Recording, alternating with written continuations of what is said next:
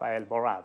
We'll be talking about the bilateral ties between Ethiopia and Israel and also their cooperation against COVID-19, among other issues. Do stay with us. Ambassador, as usual, thank you very much and a warm welcome to this show. It's a pleasure to be invited to your show, and thank you very much for inviting me. Let me start off with this question. What are some of the things that's going on here at your embassy in order to keep you and the staff safe and secure from COVID-19? Okay, so since the outbreak of the COVID-19 in Ethiopia, we started to take a measure of social distancing.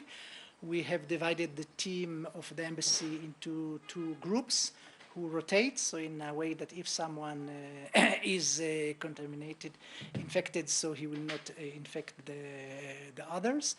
And the normal social distancing measures that later on were also imposed in Ethiopia. And it works pretty well. The fact is that so far we have no one who was tested positive. And we try to keep working as normal as possible under these circumstances. And of course, our work is mainly focused on and around the COVID-19 pandemic and cooperation with the Ethiopian government around this issue. Unfortunately, Ethiopia is one of the victims of the coronavirus, which is having the whole world. What's your take on the efforts Ethiopia has so far taken to fight this global pandemic? Well, first of all, I would say that in relative terms, Ethiopia is in a very good position with 272 cases up to now. Yeah, I think it's very low, especially in relative terms of the population. If I look the government measures, I think that basically they are well adapted to the situation. On one hand, you have to strike the right balance between the health necessities and the economic and societal requirements, and the fact that on one hand there was no total lockdown imposed. I think it's something very important for the continuation of the economic activity. At the same time, the government is taking the proper measures to track and trace all the people who were contaminated. Maybe what is required, and I know that there are efforts done and improvement, is the test to be conducted. Today we have an average in Ethiopia of about 2,500 tests per day. It's much better than a month ago when we had around 700. But I think if more could be made, it would give us a much better and more precise picture of the situation. And there is a capacity to reach at least 6,000 tests per day. So I think there's some improvement that could be done on that. Now, the government of Ethiopia has put in place various preventative and precautionary measures against COVID-19 in order to stop the virus from further spreading. Although lots of people are dutifully adhering to the rules and regulations put in place, there are still some segments of the society which pay little attention to it. Are you somehow concerned about this? Well, there's on one hand a matter of communication. Ethiopia is a very big country and mostly rural populations, so you have to reach all this population through the electronic media, but also the traditional media and other means, so that people are well aware of the danger. And then when there's awareness, they can take the proper measure. And of course, you need also to, in the cases necessary, to impose the measures. So maybe on this, there's still some work to be done. And then, of course, you have to concentrate on regions where you see an outbreak of the virus. And so we have, of course, mainly in Addis Ababa, but also in Dirdawa and in other regions. So they should be tackled on a punctual basis. So there is a treatment which is national one. There's one which is regional, where you see outbreaks of the virus. And then there's the personal one, which is, of course, if someone who is tested positive, so then he has to be in a quarantine. This a source of concern is with these big isolation centers that are now in Ethiopia for those who are returning, especially from the Djibouti and the Gulf countries. I hope that the precautions are taken in order that these isolation center will not become a place where, on the contrary, the virus is spread out. So this is a challenge that the government and the health authorities have to tackle. In its worst scenario, if this disease continues, should Ethiopia, just like other countries, declare complete lockdown in the country? Well, I don't think there's one solution fits all, and each country, according to its social, economic, and health conditions, shall decide on the proper measures. I think that in Ethiopia, there's the right balance between the economic and the social and health requirements, and therefore there was no need to impose a total lockdown. Mind that in the public sector, actually, most of the people are working from home, so that's right. At the same time, in the private sector, people continue to come to work. So I don't, and as I judge according to the results and the spread of the infection, so far I don't think that there's any need for a more strict measure, especially not total lockdown. I think that it will make a much bigger economic harm to the population. And also there's a question to impose it, which is also a challenge. Now, what are you doing as embassy here in Ethiopia to help the nation in the fight against COVID-19? Okay, so first of all, we have regular contacts with the Ministry of Health and the Ethiopian Public Health Institute in order to identify the needs, and then we know how can we supply. And actually, we have produced in Ethiopia an Israeli-designed face mask that we are going to deliver actually next week to the cardiac center of Ethiopia. And that is just the first delivery because this, as I said, it can be locally produced. So as the need will arise, we will be able to produce more. And also it gives some work for local business, so we're very happy to continue on that. The face mask, actually I have here just samples, you see. So this is designed in Israel and produced here in Ethiopia with 3D printing machines, and you just put it like this and you are well protected. Of course you have also to put the mask. So this is mainly for the medical staff. Okay, not for the general public, but very important for the medical staff in the hospitals and clinics and those who are coming in contact with people who are suspected to be contaminated. The design, as I said, is Israeli, and it is produced. We just brought the design to Ethiopia, and with 3D printers, we produced it here. So it will be produced here and... Yes, it is already. We're going to contribute, as I said, 200 pieces to the cardiac center. And in the future, we will produce even more, and then we will be able to give it to the big hospitals. And we expect a delivery of PPE and medical equipment from Israel next week. I cannot yet announce the exact amount and the contents, but this is something that is due to come next week.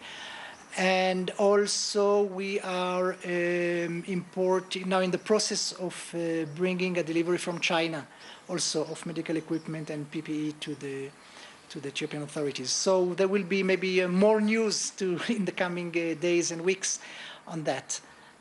But we do it as I said, in coordination with the public health authorities in order to respond to the most immediate needs.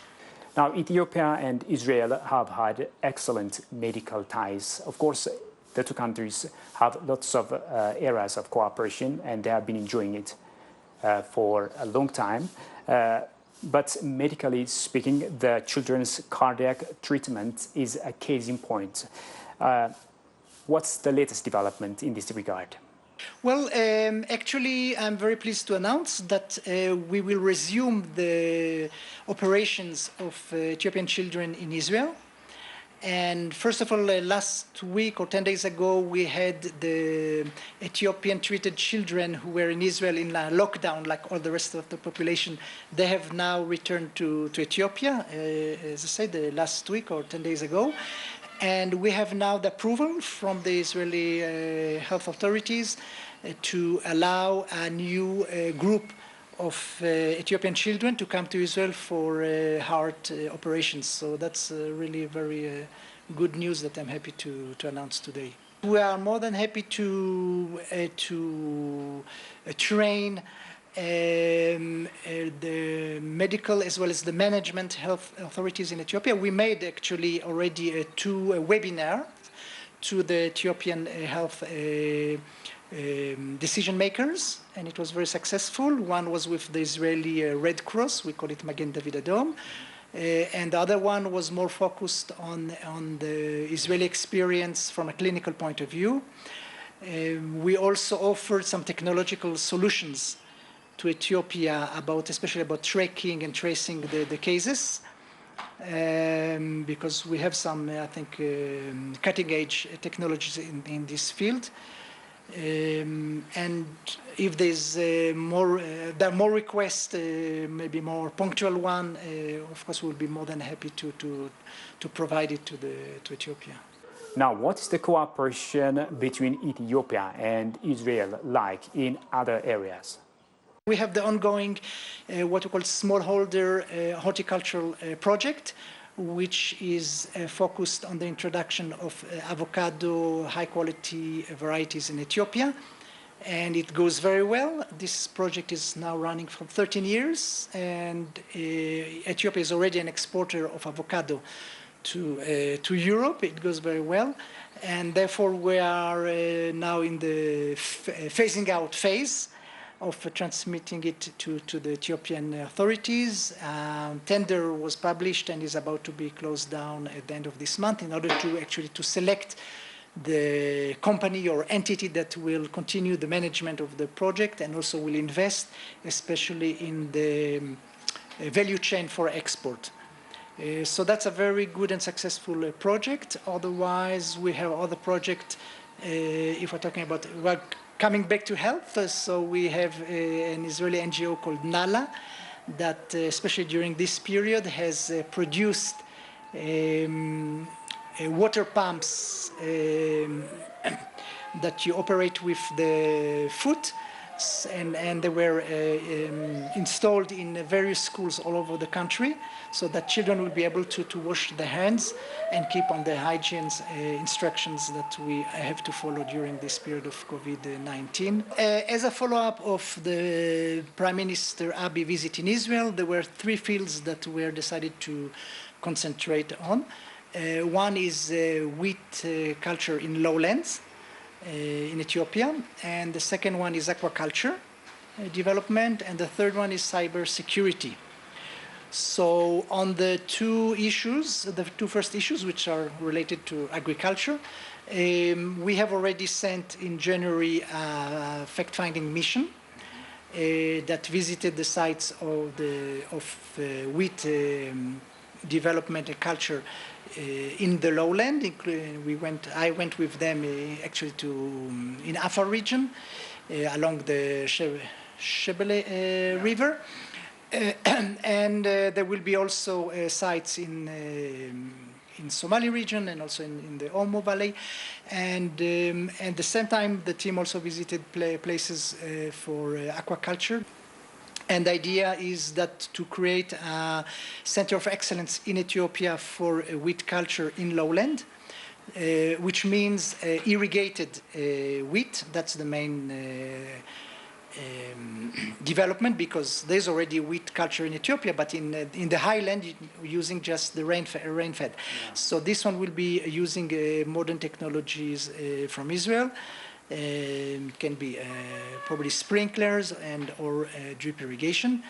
And also the idea is to establish a training center for our aquaculture that will be next to a production of fish in Ethiopia. There's a very good potential, especially for tilapia, and the consumption of fish in Ethiopia is very low, so there's a huge potential also, for the diversification of the nutrition of protein intake in Ethiopia.